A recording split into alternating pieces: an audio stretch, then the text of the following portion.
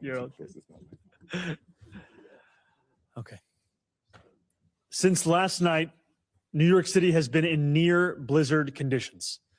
So far, the storm has dropped 16 to 19 inches on most parts of our city, with parts of eastern Staten Island reporting over 24 inches of snow. It has also brought extreme winds, with gusts reaching up to 60 miles per hour. Judging from current forecasts, the worst has passed.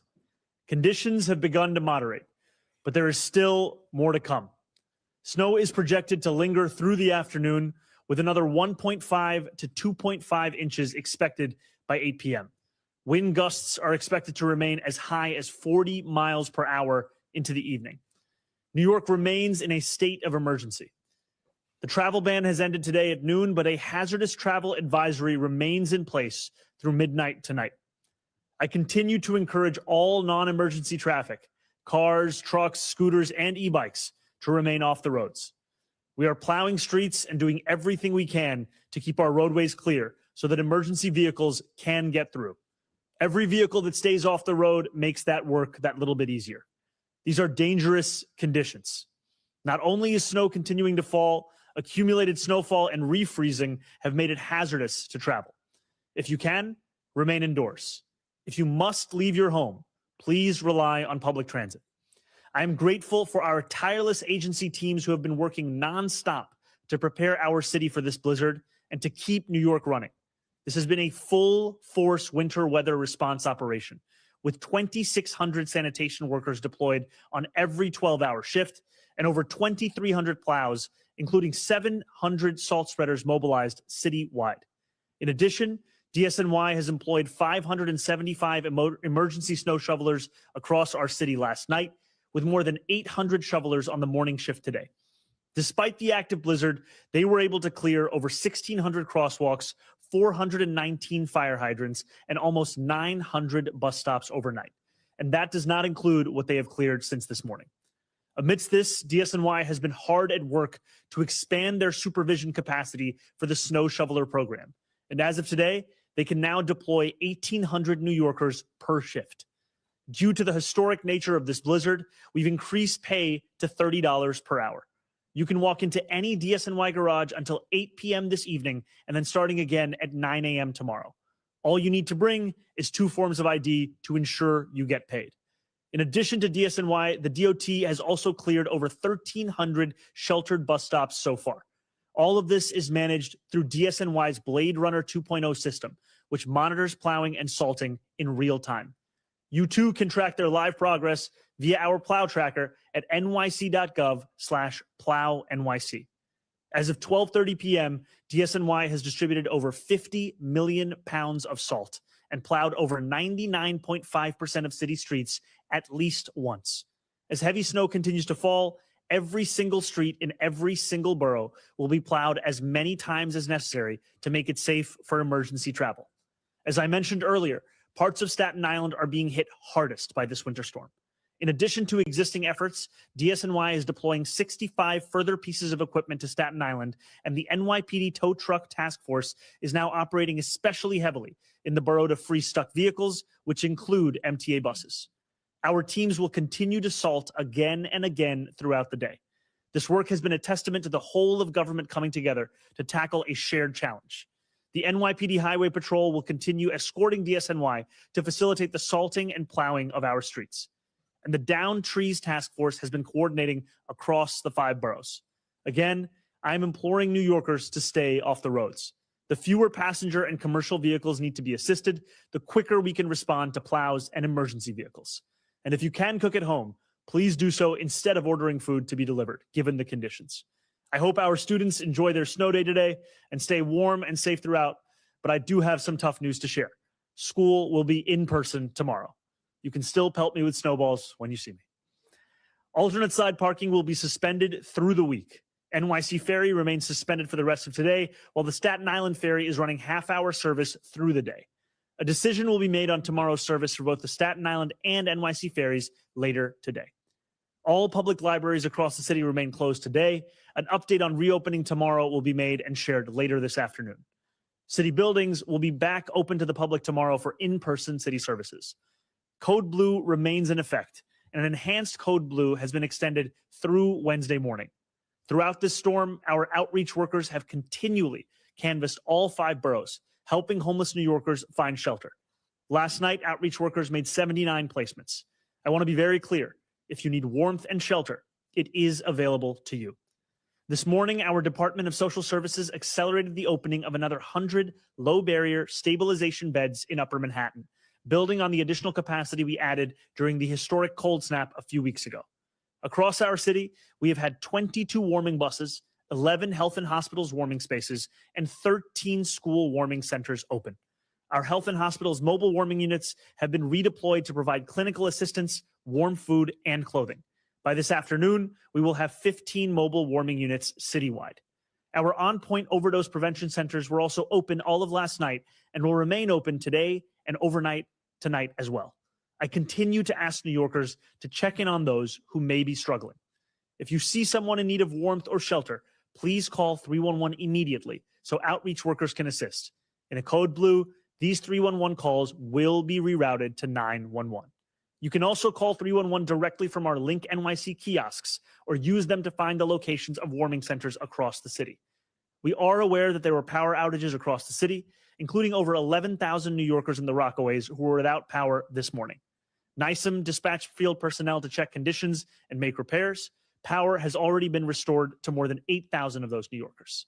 As a contingency, NYCM has opened warming centers at Far Rockaway High School, Beach Channel High School, and PS 43. For New Yorkers dealing with heat or hot water issues, call your landlord immediately. If you do not hear back promptly, please call 311.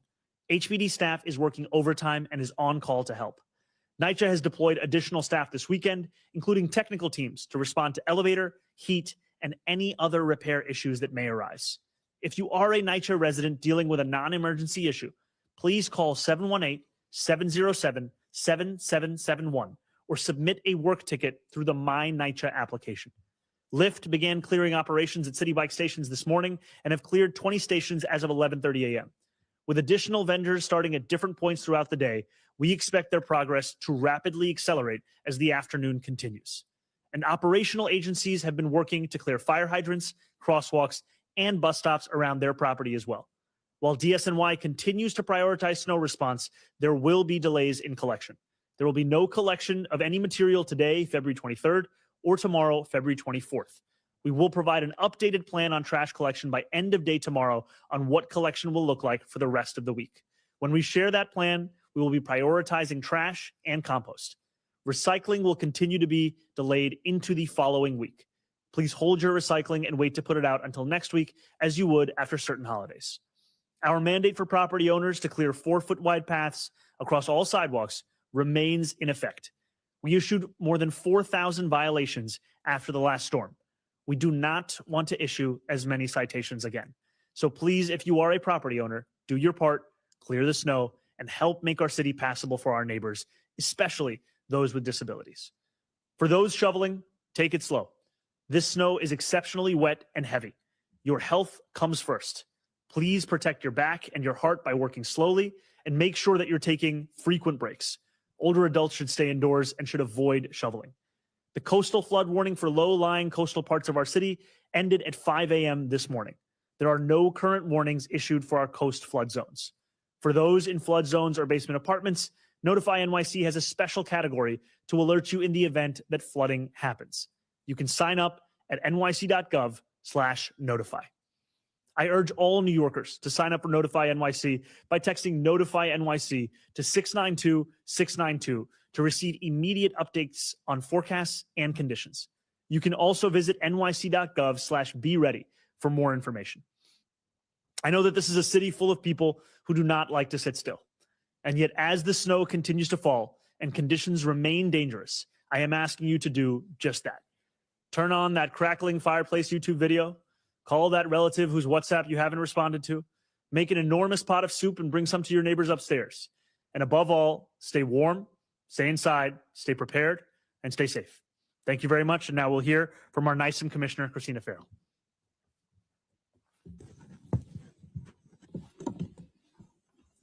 Thank you, Mayor.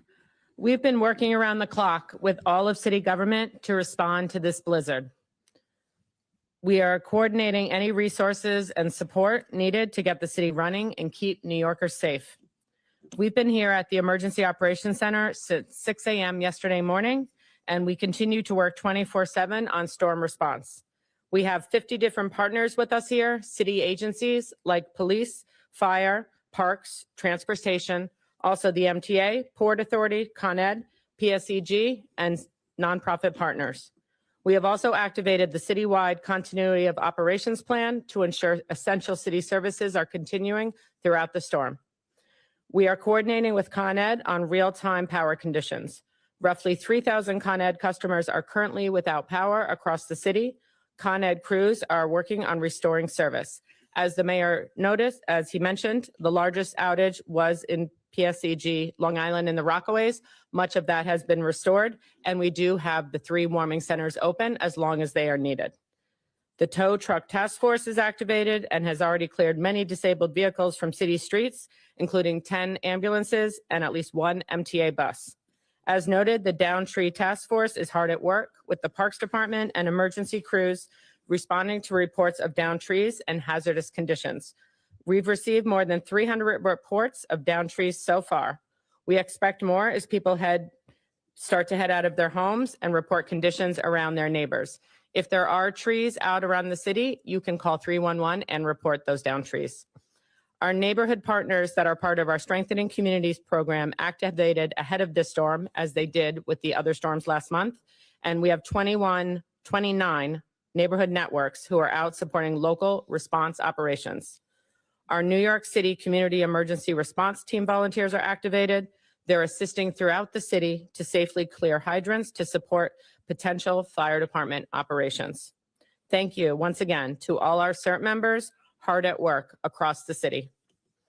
Our emergency management field responders have been all over the city 24/7, responding to incidents and weather conditions, power outages, and coastal flooding concerns. We are coordinating with the Port Authority on airport status. Flights were suspended overnight, and travelers should confirm directly with their airline for updates.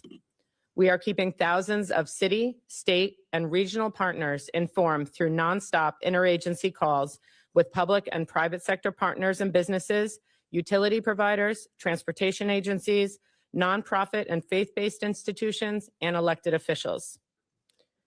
Today is a good day to stay inside or walk within your neighborhood so sanitation and other agencies can keep working on the roads and on other passageways. Please check in on your neighbors. This has been a brutal winter and it continues to be tough. It's always nice to stop by or call someone to see how they're doing if they need anything, especially seniors, people with disability and medical needs, and family members. We're all New Yorkers and we'll continue to take care of each other. As has been noted, everyone should be signed up for Notify NYC. Over the last couple of days of this storm, more than 45,000 New Yorkers have joined the more than 1.4 million New Yorkers who are already signed up. You can also stay in the know and receive messages in 14 languages, including American Sign Language. We continue to be focused on this storm, but sad to say, there could be additional precipitation as early as Wednesday. So we are also preparing for potential smaller amounts of additional snow later this week. We'll be here working hard for all New Yorkers as this snow-heavy winter continues.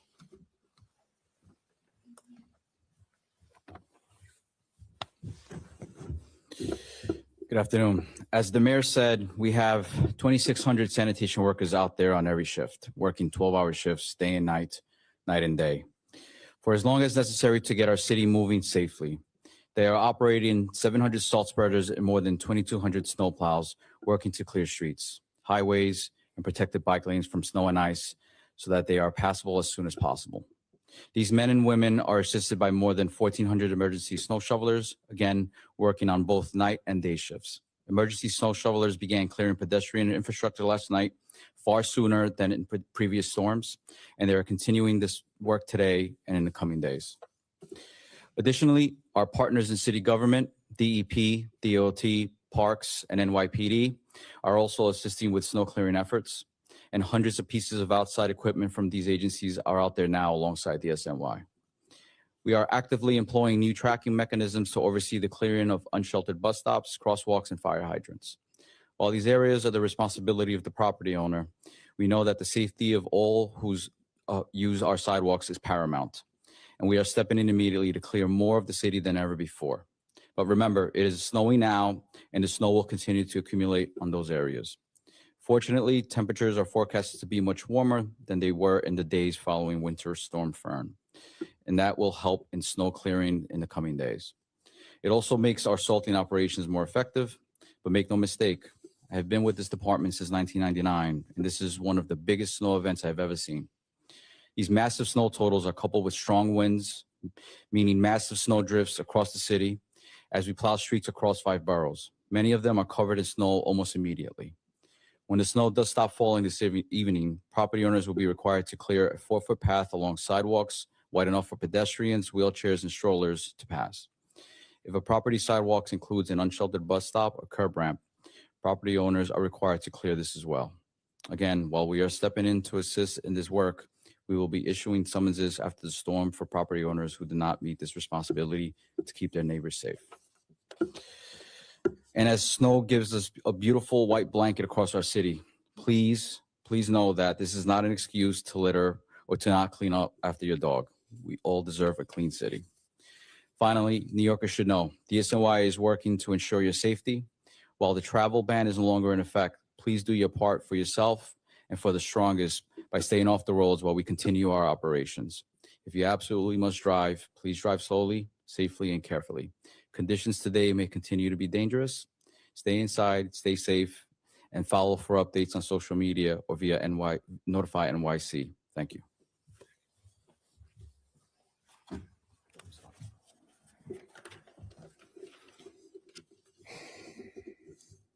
Good afternoon. Hope everyone's staying indoors, staying safe, staying cozy. I'd like to once again thank our school communities, students, families, and staff for their flexibility and understanding as the city responded to this blizzard.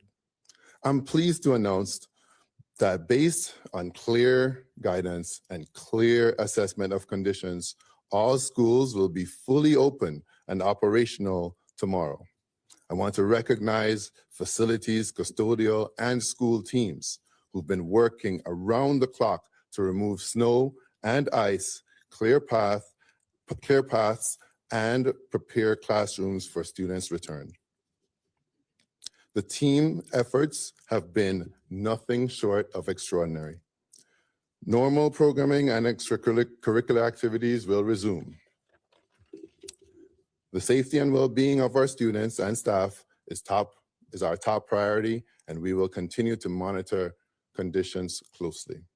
I hope everyone had a good extended holiday break and look forward to resuming my school visits and hearing about everyone's snow day tomorrow. Now, it's okay for you to pelt me as well, but I thank you all for your cooperation. All right, I'm from the MTA, so I don't have to ask to get pelted. Listen, Mayor Mamdani, I got to thank you for all the city's doing to collaborate with the MTA, in particular the commitment, as evidenced by your words and the sanitation commissioners, with the commitment that you and the emphasis you've given to making sure that the bus stops are clear. Really a big step. Listen, just like last time, the one constant in this episode has been amazing, which is the MTA workforce. And I got to thank everyone who's been out front on the front lines for the MTA throughout the blizzard. The preparations that all of you contributed to really have made a difference. We do it because New York City is the city that never stops. And we all heard the governor and the mayor rightfully urging to folks to stay inside, but there are essential workers, there are nurses, there are people of all kinds who have to show up to support the response to this, this weather event. In other places, you can shut down mass transit and it may not make a difference. But here, there are a lot of people who depend on it come hell or high water. I was talking to Governor Hochul this morning, and she wanted to make sure that everybody, as I said, essential workers in particular, could move around if they needed to and if they were supposed to be able to do that. And I'm glad to say that the MTA has been able to rise to the occasion on a day when most New Yorkers rightfully stayed off the streets, observing the mayor's travel ban and the travel bans in adjacent counties. Transit picks up the slack. There were people on the subway at 3, 4, 5 a.m., and they had trains waiting for them. The subway, the whole system, in fact, has been operating, albeit with delays and adjustments to service. I came over here on the subway from Lower Manhattan, and the system, as I said, was operating. We had a frozen switch here and there.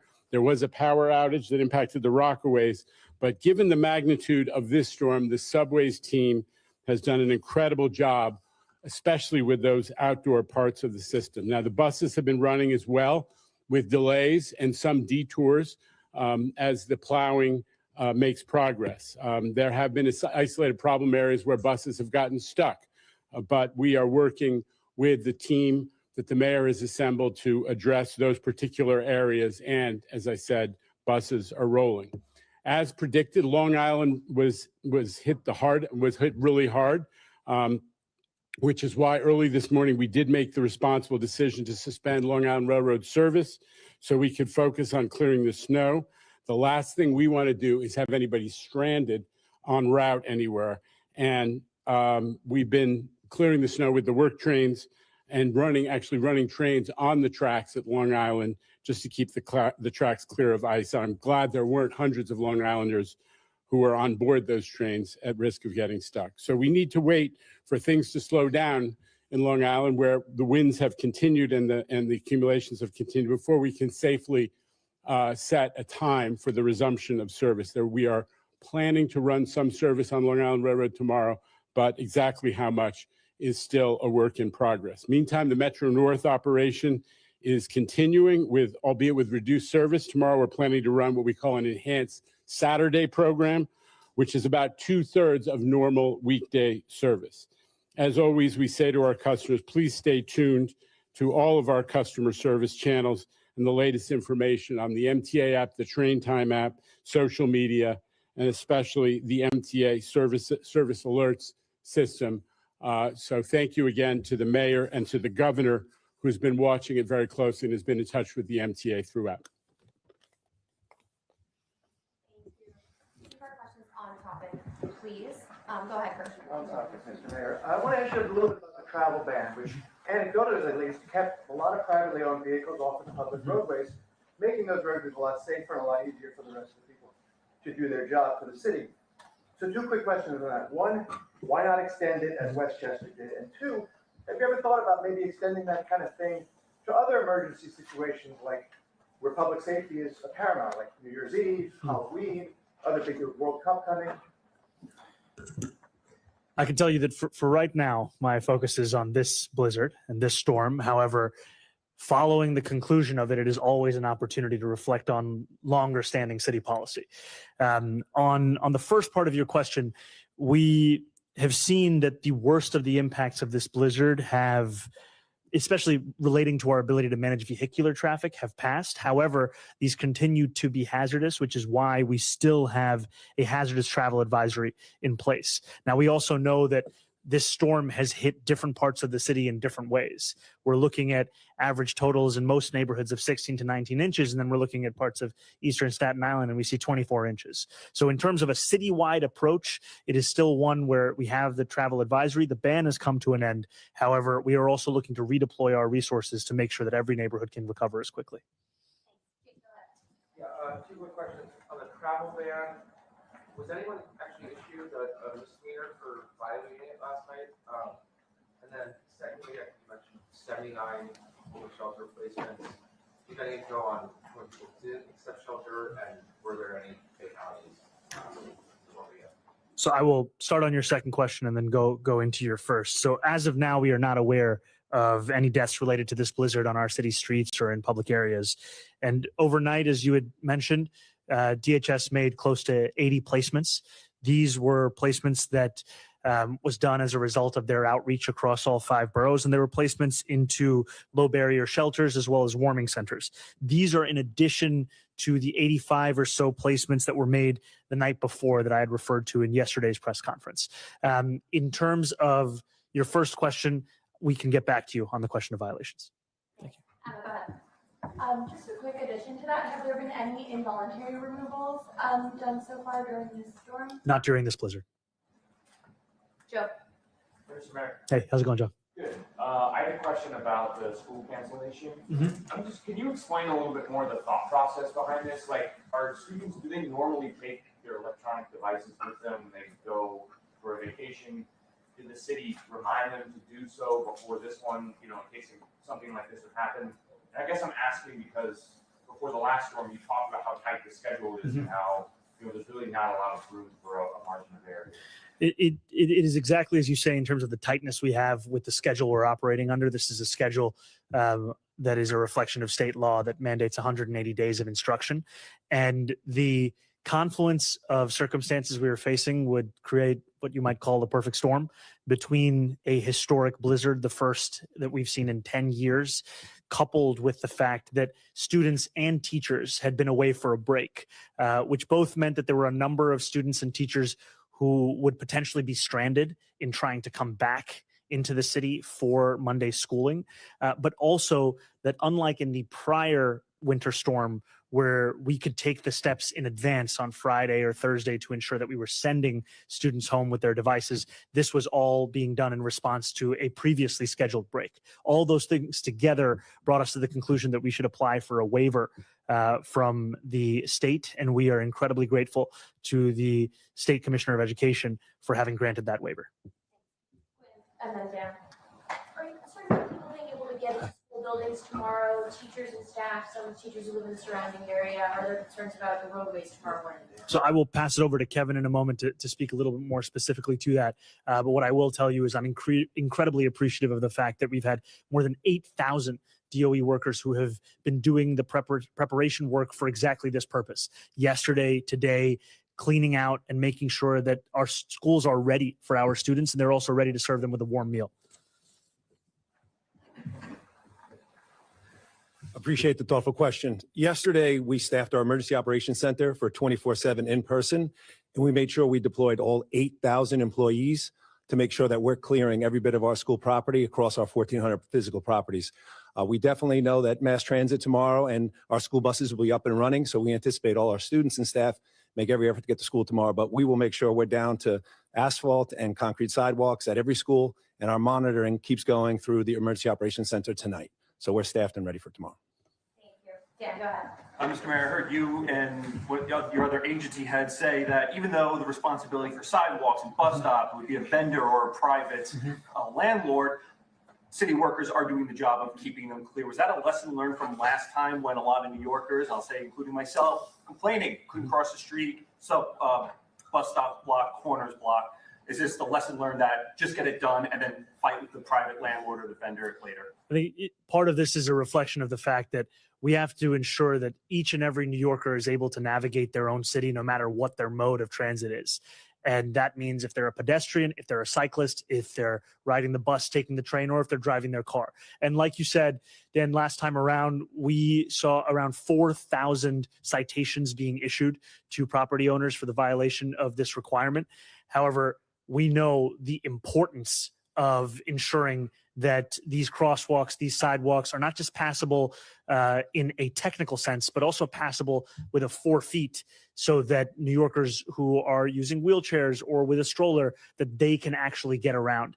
And so I'm incredibly thankful, frankly, to the hardworking men and women of DSNY, because what they've been doing alongside with staffing up and running these 2,600 person 12-hour shifts is also expanding their supervision capacity for the emergency snow shoveler program, because that's a program that is focusing predominantly on crosswalks, sidewalks, unsheltered bus stops. And thanks to their work, we've already been able to more than double the number of New Yorkers who are doing that. And we are looking to see that number continue to increase given their newfound capacity of 1,800 per shift. I got time for a few more. Hannah, go ahead. We'll go to Jared. Hi, Hannah. How's it going? Good. How are you? I'm just wondering, there on homeless encampments, do you have any plans to suspend the 7-day window between when you're notified and then when they're taken off the street? And do you have any regrets about how you handled the homeless situation last time? So there are no cleanups that will take place over the course of the blizzard. The blizzard is a time when our focus should be not on physical infrastructure, but on people and on getting them indoors. And I'm incredibly thankful, frankly, to the more than 500 outreach workers who have been traversing our city to look to connect homeless New Yorkers with their services and the support that they need. And I can tell you that the last storm was one of the first storms that our city had seen in quite some time. And we took a hard look at everything that worked and started it from the first day of this blizzard response, and then took a sense of what can we enhance across the board, because we're always looking to hold ourselves to a standard of excellence. And so that is also why we have started the work of geotagging every single bus shelter and crosswalk. That's also why we have looked to do sustained outreach of expanding the emergency snow shoveler program to supplement the city's work. And it's also why, frankly, that we made the decision to bring in additional equipment in advance of this storm, because what we're looking at, the last time we thought we were going to get a blizzard was 2017, and it didn't come to materialize. The year before that, we actually had one. This is of that nature. This has parts of our city in 24 inches of snow. It requires us doing everything we can to respond. I also have a follow-up on the removals. You mentioned the DHS was in charge of the 79 that were placed. Were there any placements made by the NYPD? I know you said there were no involuntary removals, but can you just clarify that? We can get back to you on that. I can tell you that the NYPD has made a number of placements in response to the prior storm and has been a critical part of the first responders that we have. Jared, last question. That's great. Hey, how's it going? So you mentioned there's been no fatalities in this storm. Do you attribute that to a different approach, or because the cold wasn't as much of a factor? I think when we're talking about the previous storm, we're talking about a level of Arctic conditions that the city had not seen for many, many years. And unlike in prior storms, after the snowfall, there wasn't an increase in temperature. Even this time around, though it is a blizzard, one of the few pieces of good news is that we will see 40-degree weather sometime in this week.